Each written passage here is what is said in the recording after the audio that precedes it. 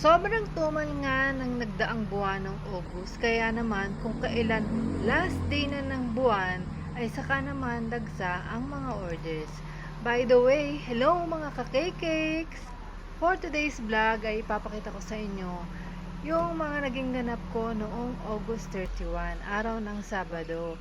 So bali, kung hindi ako nagkakamali is 5 or 4 cakes ang ginawa ko, tapos meron pang 7 dozens ng cupcakes.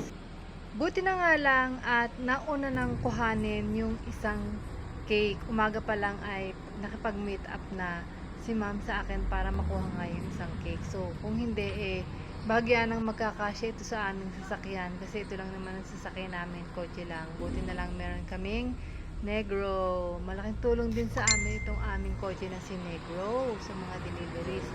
So, nag-leave nga dyan yung asawa ko kasi hindi ko talaga kakayanin kasi meron pa akong set up ng cake, yung pang dibu na cake. At sabi ko nga ay doon ko na lang siya isi-set up kasi masyadong mataas. 4 tier yung cake. So mahirap kasi ibiyahe pagka ganun. Kahit palagyan mo siya ng dowels ay delikado kasi aalog-alog po yun. So ayan, for the go na ang aking driver, seat lover na lagi kong kasama sa lahat ng aking gawain.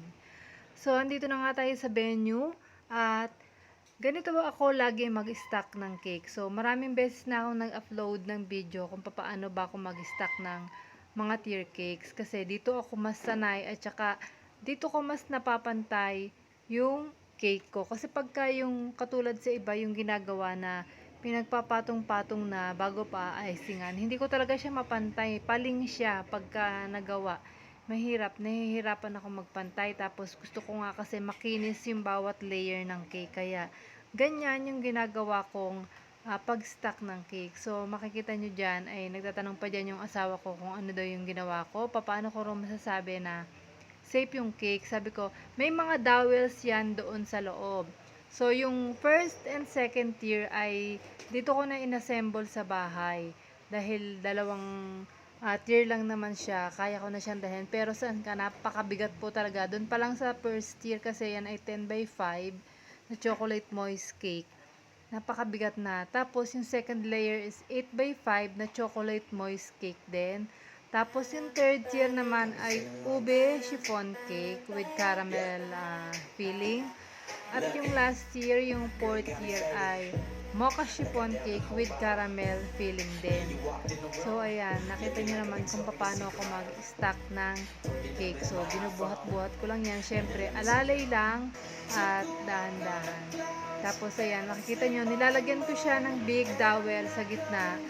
Hindi ko siya matatagusan hanggang drum board kasi wala na akong mabilhan ng mahabang dowel. Pero ang ginawa ko naman dyan ay meron na siyang mga barbecue stick doon sa first and second tier pa lang na nakabaon na hanggang drum board. Kaya sabi ko, carry belts na yan.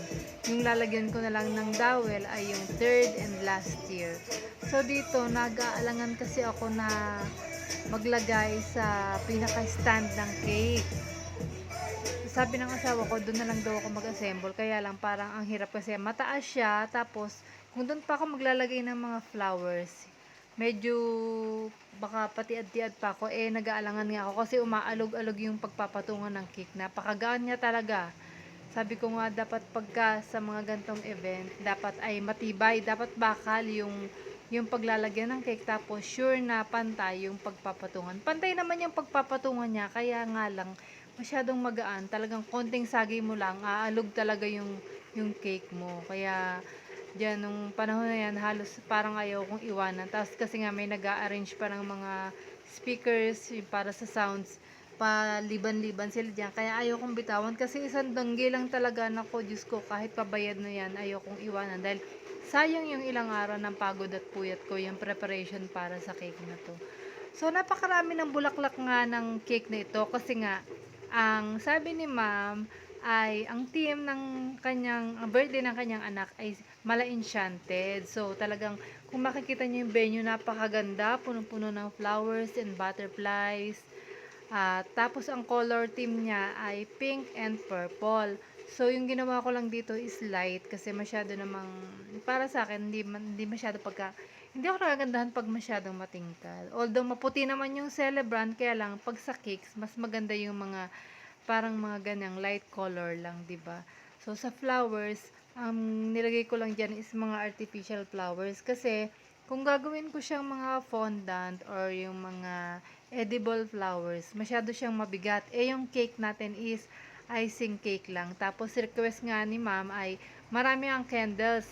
18 pieces na candles yung ilalagay dapat sa second, third, and last tier ilalagay. Kaya lang, hindi ko siya nailagay doon kasi gawa nga ng mga flowers.